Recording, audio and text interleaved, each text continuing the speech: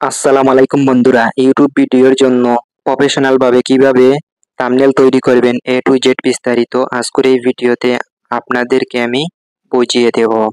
So আর কথা না বাড়িয়ে সরাসরি চলে যাই মূল ভিডিওতে। আজকের এই ভিডিওতে আপনাদেরকে আমি পিক্সেল ল্যাব দিয়ে প্রফেশনাল ভাবে থাম্বনেল তৈরি করে দেখিয়ে দেব। তার জন্য আপনারা সরাসরি থ্রি ডটে ক্লিক দিবেন। আপনারা এখান থেকে ইমেজ সাইজে ক্লিক দিবেন। তারপরে আপনারা এখান থেকে এই কাস্টমে ক্লিক দিবেন। আপনারা ইউটিউব থাম্বনেলটা সিলেক্ট করে নেবেন। তারপরে এই ওকেতে ক্লিক দিবেন। সো দেখেন এখানে আমার ইউটিউবের জন্য সাইজটি অলরেডি তৈরি হয়ে গেল। তারপরে এই নিউ টেক্সট ডিলিট করার জন্য আপনারা এই ডিলিটে ক্লিক দিবেন। সো ডিলিট হয়ে গেল। তারপরে আপনারা এই কপি আইকনে ক্লিক দিবেন। তারপরে দেখেন এখানে কালার বলে একটি অপশন, এখানে ক্লিক দিবেন। সো এখান থেকে আপনারা বিভিন্ন ধরনের কালার এভাবে এড করতে পারেন এবং এই প্লাস আইকনে ক্লিক দিয়ে আপনারা আপনাদের নিজেদের মতো এভাবে তৈরি করে নিতে পারেন। তৈরি করার পরে আপনারা এই ওকেতে ক্লিক দিবেন। তারপরে দেখেন এখানে গার্ডিয়ান এই অপশনে ক্লিক দিবেন। তারপরে দেখেন এখানে বিভিন্ন ধরনের কালার রয়েছে, আপনারা পছন্দ মতো এখানে কালার সিলেক্ট করে নেবেন। সো আমি কালারে গিয়ে আমি এই কালো কালারটা সিলেক্ট করলাম। তারপরে এখান থেকে এই টিক মার্কে ক্লিক দিবেন। কালারটি সিলেক্ট করার পরে এই প্লাস আইকনে ক্লিক দিবেন। তারপরে এই গ্যালারিতে ক্লিক দিবেন। সো গাইস এখানে আমি আমার থাম্বনেল এড করে নিলাম। তারপরে আমি এই থাম্বনেলে এখন স্ট্রোক দিব। সো গাইস আমার থাম্বনেল এড করার পরে গাইস দেখেন তেমন আকর্ষণীয় হয় নাই। তার জন্য আমি এখানে কিছু কালার এড করব।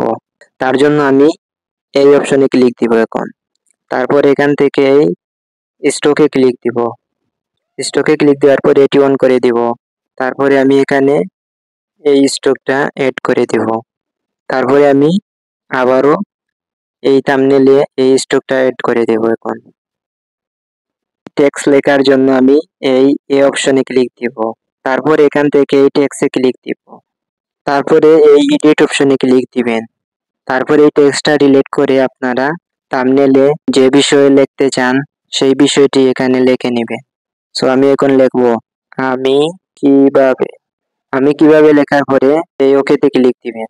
সো দেখেন আমার লেখাটি চলে আসলো। তারপরে এটি একটু বড় করে নেব। তারপরে এভাবে স্ক্রল করে দেখবেন এখানে ফন্ট বলে একটি অপশন। সো এই ফন্টে ক্লিক দিবেন। তারপরে এখান থেকে এভাবে আপনাদের যে ফন্টটি ভালো লাগে সে ফন্টটি এখানে এড করে নেবেন। তারপরে এই ওকেতে ক্লিক দিবেন। সো দেখেন আমার ফন্ট তৈরি হয়ে গেল। তারপরে দেখেন এভাবে স্ক্রল করলে এখানে দেখবেন কালার বলে একটি অপশন, এই কালারে ক্লিক দিবেন। তারপরে দেখেন এখানে বিভিন্ন কালার রয়েছে। সো আপনারা এখানে ভালো একটি কালার এড করে নেবেন। সো আমি এখন এই হলুদ কালারটা সিলেক্ট করে নিলাম। তারপরে টিক মার্কে ক্লিক দিব। তারপরে এভাবে স্ক্রল করে দেখবো এখানে স্টক বলে একটি অপশন, এই স্টকে ক্লিক দিব। তারপরে এটি অন করে দেব। তারপরে এখান থেকে এভাবে আপনারা আপনাদের মতো সিলেক্ট করে নেবেন। তারপরে এই টিক মার্কে ক্লিক দিব। তারপরে এখান থেকে এই শ্যাডোতে ক্লিক দেব। তারপরে এটি অন করে দেব। তারপরে এখান থেকে আপনারা বিভিন্ন কালার এড করতে পারেন। সো আমি এই কালারটা এড করে নেব। তারপরে এটি এনাবল করে দিবেন। এটি এনাবল করে দিলে আপনাদের শ্যাডোটা আরো আকর্ষণীয় হয়ে যাবে। সো এভাবে আপনারা বাড়িয়ে নিতে পারেন, আপনাদের ইচ্ছা মতো রেখে দিবেন। তারপরে এই টিক মার্কে ক্লিক দিবেন। তারপরে এখান থেকে এই ইনার শ্যাডোতে ক্লিক দিবেন। তারপরে এটি এনাবল করে দিবেন। সো এভাবে আপনারা ফন্টের কালার অনুযায়ী এখানে কালারটি সিলেক্ট করে নেবেন। আমি এখন এই হলুদ কালারটি সিলেক্ট করে নেব। তারপরে আমি এই টিক মার্কে ক্লিক দিব। সো দেখেন আমার লেখাটি কত সুন্দর হয়ে গেল।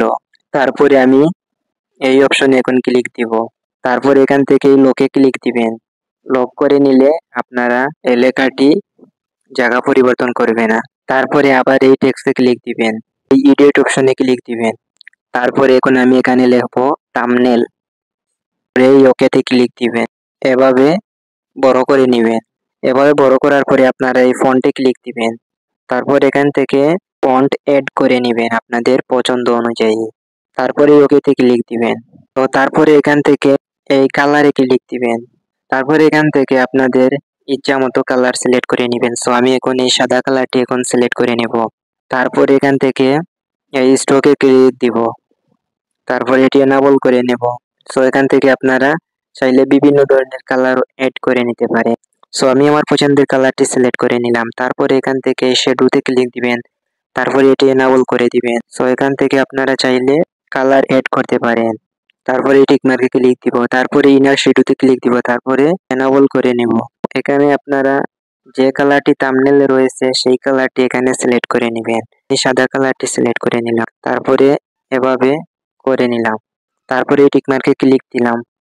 সো ফাইনালি দেখেন আমার থাম্বনেলটি অনেক সুন্দর আকর্ষণীয় হয়ে গেল।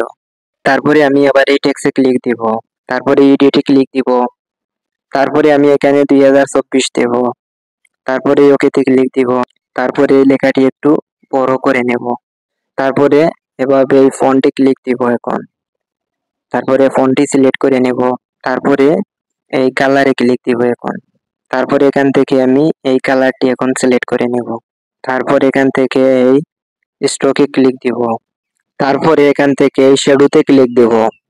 শ্যাডোতে ক্লিক দেওয়ার পরে এখান থেকে এভাবে চাইলে আপনারা ব্যাকগ্রাউন্ডে কালার এড করতে পারবেন।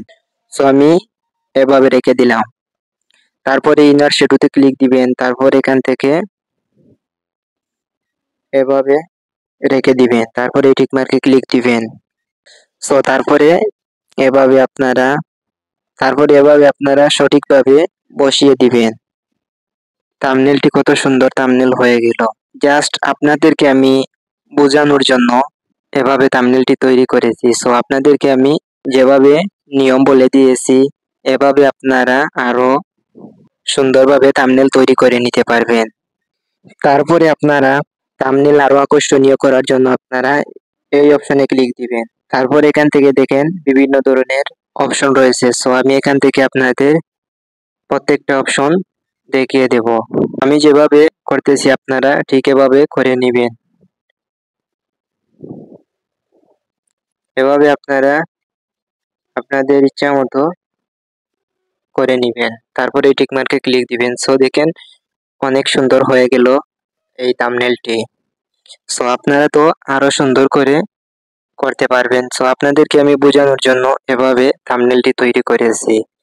সো আপনারা আরো সুন্দর করে থাম্বনেল তৈরি করতে পারবেন। তারপরে এই থাম্বনেলটি আপনারা গ্যালারিতে কিভাবে সেভ করবেন তার জন্য এই থ্রি ডটে ক্লিক দিবেন, তারপরে এখান থেকে আপনারা এক্সপোর্ট ইমেজে ক্লিক দিবেন, তারপরে এখান থেকে আপনারা কাস্টমে ক্লিক দিবেন, তারপর এখান থেকে আপনারা এই আলটা সিলেক্ট করে দিবেন। সো তারপরে দেখেন এখানে সেভ টু গ্যালারি এই অপশনে ক্লিক দিবেন। সো আমার থাম্বনেলটি গ্যালারিতে সেভ হয়ে গেছে। আজকের এই ভিডিওটি আপনাদের কাছে কেমন লাগলো অবশ্যই কমেন্টে জানিয়ে দিবেন, এবং ভিডিও থেকে আপনারা সামান্য কিছু উপকারে আসলে অবশ্যই লাইক কমেন্ট শেয়ার করবেন এবং চ্যানেলটা সাবস্ক্রাইব করে পাশে থাকবেন। এ পর্যন্ত সবাই ভালো থাকবেন, সুস্থ থাকবেন। পরবর্তী নেক্সট কোনো ভিডিওতে আবারও দেখা হবে। Thank you so much. আল্লাহ হাফিজ।